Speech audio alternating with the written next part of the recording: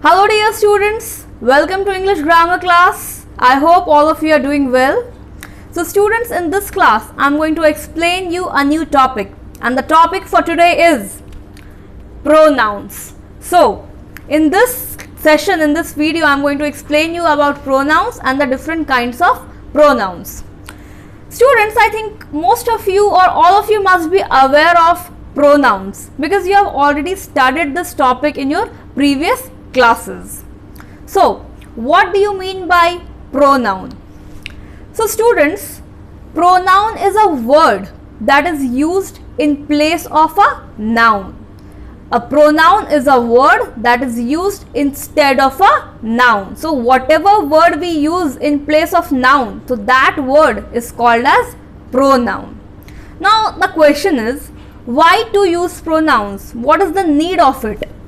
Students, let me tell you that it is very important. Pronoun plays a very important role. So pronouns are used in order to avoid repetition of nouns. See, nouns are repeated again and again in sentences. So to avoid that repetition, we use pronouns. Because if we keep on repeating the same thing, then it becomes very boring and monotonous. So that's why to avoid that repetition, we use pronouns. For example, Sarita is my neighbor. Sarita rides a bicycle. Sarita is reading a novel. In these three sentences, did you observe something odd in these three sentences? Yes. The word Sarita, the noun Sarita, it is repeated. I have repeated these three names, these three nouns, this name Sarita in all the three sentences. But if I say Sarita is my neighbor, she rides a bicycle. In place of Sarita, I have used she. Sarita is my neighbor. She rides a bicycle. She likes to read a novel. So in place of Sarita, what I have used? I have used she. So this is called pronouns. Means I am using another word in place of noun. So the words that are used in place of nouns are called as pronouns. So I hope you understood that what is the meaning of pronouns. So students, this pronouns, this help us, or the pronouns, they help us to make the sentence shorter and simpler. Means every time saying the same noun is very repetitive and very boring. So in order to avoid that repetition and to make the sentence short, we use pronouns. So I hope the concept of pronouns is clear to everybody. Now I'll come to the kinds of pronouns. So students, in your previous classes, you have already read about the different kinds of pronouns. You have read the 7 kinds of pronouns. But in this class, I'll explain you 9 types of pronouns. I'll add 2 more pronouns. Whatever you have read, that will remain. But in that, I will add 2 more types of pronouns. So the first type of pronoun, that is personal pronoun. Second, reflexive pronoun. Third, emphatic pronoun. Fourth, possessive pronoun. Fifth, demonstrative pronouns. Sixth, interrogative pronouns. Seventh, relative pronouns. Eighth, reciprocal pronouns. And ninth, indefinite pronouns. So these are the 9 types of pronouns. These are the 9 kinds of pronouns that I am going to explain you in this class, in this video. So let's get started. So let's start with the first type, that is personal pronoun. So the first one, personal pronouns. So students, personal pronouns, they stand for a person or thing. Person, thing or object in a sentence. So a personal pronoun is used in place of a name of a, please cut that line. So a personal pronoun is used in place of the name of a person or thing. So whatever pronoun is used in place of the name of a person or thing, that type of pronoun is called as personal pronoun. And students, please remember that personal pronouns, they are used as subjects or objects in a sentence. So either we use personal pronoun as subject, means they can be used as subject also, and they can be used as object also in a sentence. So whatever pronoun, whatever word we used in place of the name of a person or thing that refers to personal pronouns. For example, she was crying. Instead of telling the name of that person, I used she. Suppose the name of the girl is Lata. Lata was crying, so I told she was crying. Then next sentence, he is the new boy in the class. So instead of telling the name, I have used he. So the pronouns that are used in place of name of a person or thing are called as personal pronouns. So I hope personal pronoun is clear to everybody. Now let me tell you that there are three kinds of persons. How many kinds? Three kinds. First person, second person and third person. This you have already read in your previous class also. Now what do you mean by first person? First person refers to the speaker of the sentence. It refers to the one who is speaking, the speaker. The speaker is called as the first person. Then second person. Second person indicates the person spoken to, with whom you are speaking. That refers to the second person, with whom something is said. That is called the second person. And we have third person. Third person means about whom something is said. Means first person means the person who is speaking. Second person means the person with whom you are speaking. That is the second person. And third person about whom something is said, means that person is not there, not present, but you are speaking, you are saying about that person. So that refers to the third person. So I hope that first person, second person and third person are clear to everybody. Now let me give you an example of first, second and third person in a sentence. So, I told you about Ram and showed you that the red car was his. In this sentence, I told you about Ram and showed you that the red car was his. So in this sentence, I is the first person. I is the first person. You is the second person, and his is the third person. So I hope the concept of first, second and third persons are clear to everybody. So with this we have completed personal pronouns. Now let's move to the second type of pronoun, that is reflexive pronoun. Now what do you understand by reflexive pronoun? So students, they are pronouns when the doer of an action and the person or thing affected by that action are one and the same. Doer of the action means the person who does an action is called the doer. The person who did or the person who does an action is called as the doer. So they are pronouns where the doer of an action means a person who did that action, that person and the person or thing that is affected, or the person or thing who are affected by that action, they are one and same. So the same person is the doer, and that very person, that same person gets affected by that action. So such types of pronouns are called as reflexive pronoun.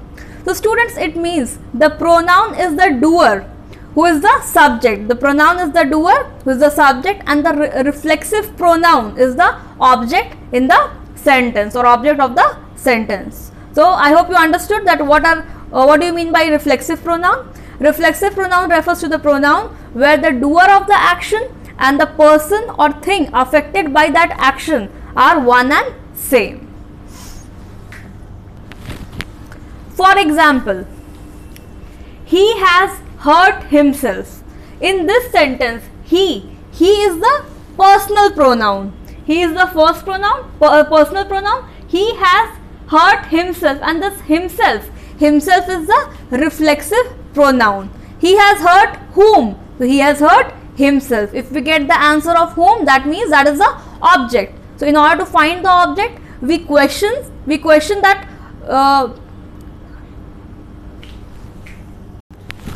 so in order to find the object, whom or what is used. So he has hurt whom? So he has hurt himself. So himself is the object. So the reflexive pronoun in this sentence is himself. Next example, children enjoy themselves. Children enjoy themselves. Children is the subject. Children is the subject or noun. Enjoy is the action. Enjoy is the action. Themselves. Themselves is the object. That means themselves is the reflexive pronoun. Who is affected by the action? Children are affected. That means this themselves are affected. So themselves will be the object. That means themselves is the reflexive pronoun. So I hope that the concept of reflexive pronoun is clear to everybody. So students, the words like himself, herself, yourself, myself, themselves, itself, they are reflexive pronouns. Okay students, now let's move to the third kind of pronoun, and the third kind is emphatic pronoun.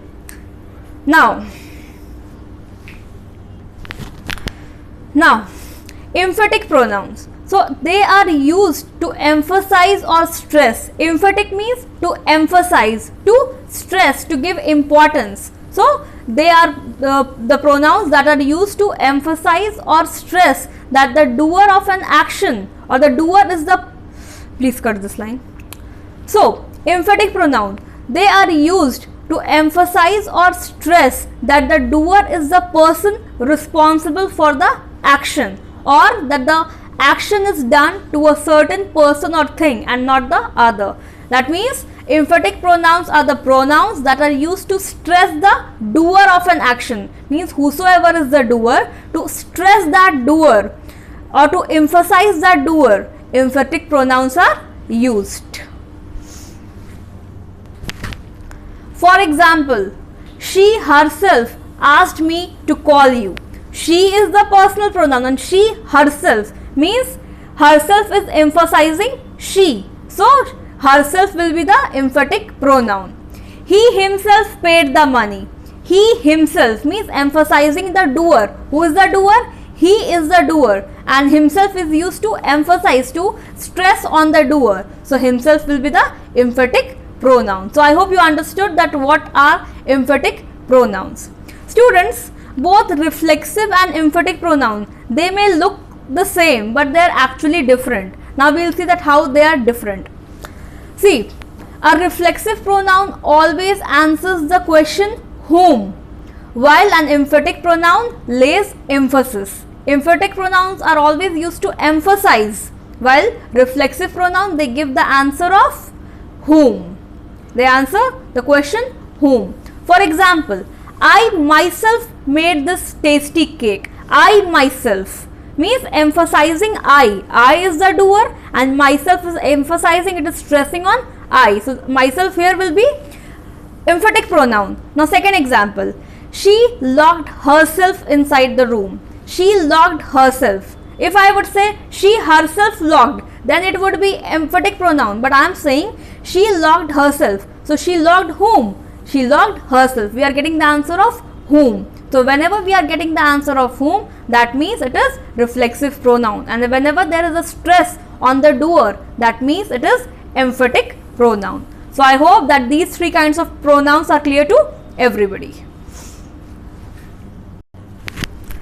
Now students, let's come to the fourth kind of pronoun, that is possessive pronoun. Now what do you understand by possessive pronoun? So students, a pronoun that shows possession. And what do you mean by possession?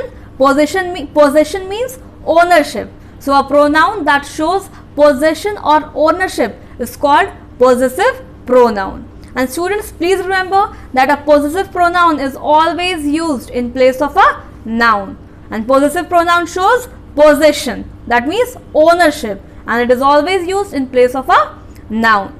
For example, those dresses are mine. So in this sentence, those dresses are mine. This word mine, this is possessive pronoun.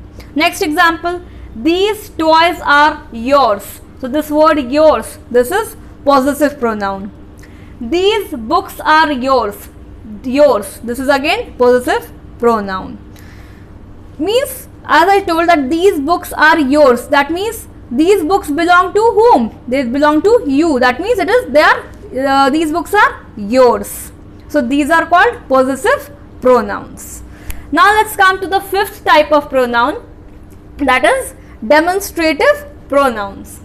Now, what do you understand by demonstrative pronoun? So students, demonstrative pronouns, they are the words that are used to point out a person, place or thing. Means whenever you are pointing out to a particular person, place or thing, then they are called as demonstrative pronouns. The pronouns that are used to point out at a particular person, place or thing. Now students, there are 4 demonstrative pronouns, and the 4 demonstrative pronouns are this, that, those, these. So these are the 4 demonstrative pronouns. Now what is the difference between this, that, those and these? This and that are used for singular number, and those and these are used for plural number. If something is kept very close to us or something is very close to us, then we indicate by this, and something is far from us, it is kept at a distance, then we say that.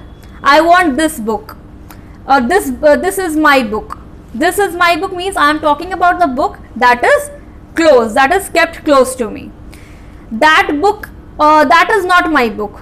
That is not means I am talking about the book that is kept at a distance. So that so this is the difference between this and that. And similarly, those, these, those in case of things that are kept at a distance, and these in case of the objects or person who are close to us. So I hope the difference between this, that, those and these are clear to everybody.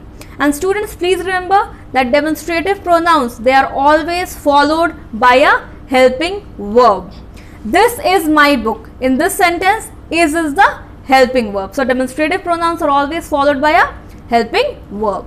So I hope that till here it is clear to everybody. Now students, in the next class, I'll be continuing with this chapter, and I'll explain the rest 4 kinds of pronouns. I hope all the 5 kinds of pronouns are clear to you that I explained you in this video. So we'll meet in the next class with the next 4 kinds of pronouns. Till then, please study properly, work hard. Thank you so much. We'll meet again. Stay safe.